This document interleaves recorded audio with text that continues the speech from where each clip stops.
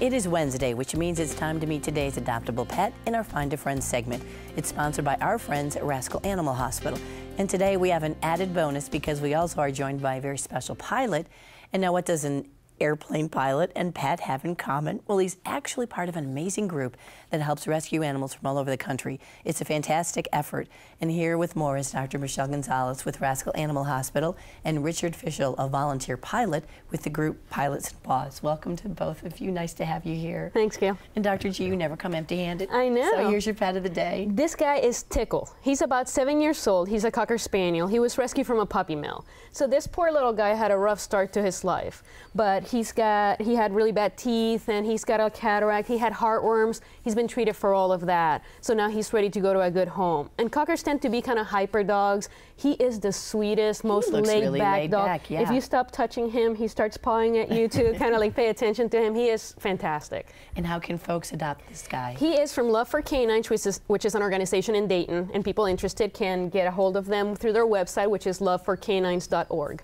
Well, now we're going to get to that Pilots and Paws thing. Richard, never heard of it. This is so cool. How did you get involved? Well, first of all, explain what it is. Well, it's relatively new. It was started in 2008 by Debbie Bose and John Warenberg. John Warenberg is a pilot. Debbie Bose is an animal lover. And they were having a conversation and realized that pilots have to undergo currency to maintain FAA standards, and they just fly all the time. So they decided that that was a good idea. Pilots could maintain their currency, and they could be doing something for animals at the same time. So at least this would be a destination with a purpose. Yeah. So you have to fly. That's part of the currency problem, and so you can go from destinations. You can go in the clouds if you're an IFR pilot, and so on and so forth.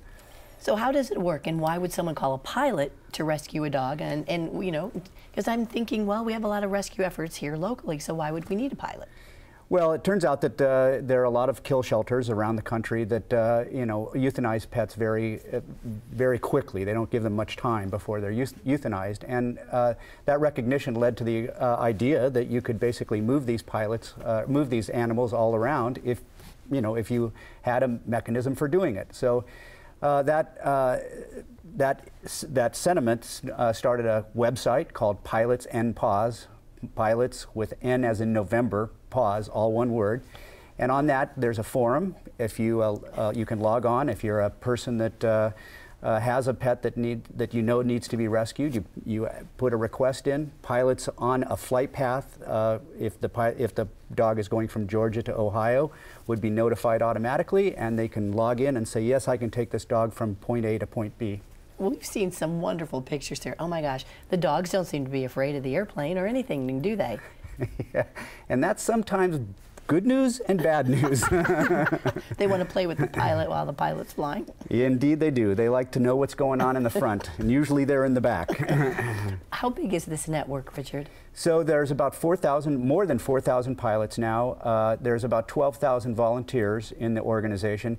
You have to understand that pilots really can only fly into airports, but you have to get the animals to the airport to get them, on their way wherever they're going.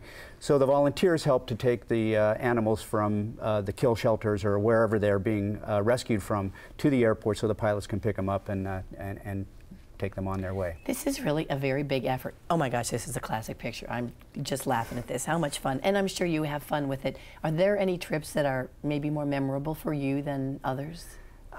I'm actually a low-hour pilot with these guys. I've done probably a dozen trips. There are pilots that have done 2,000 and 3,000 trips for animals. My favorite was a couple of miniature Doxy puppies, which you try to crate them so that they are not running all over your airplane when you're flying, but they were just small enough that they could get their entire head out of the crate. And I put them between the seat because I wanted to make sure that they were all okay. And every a few minutes I'd find a wet nose on my shoulder. What's going on here? Oh, very cute. How sweet. Well, obviously you are a pet owner yourself, or a pet lover.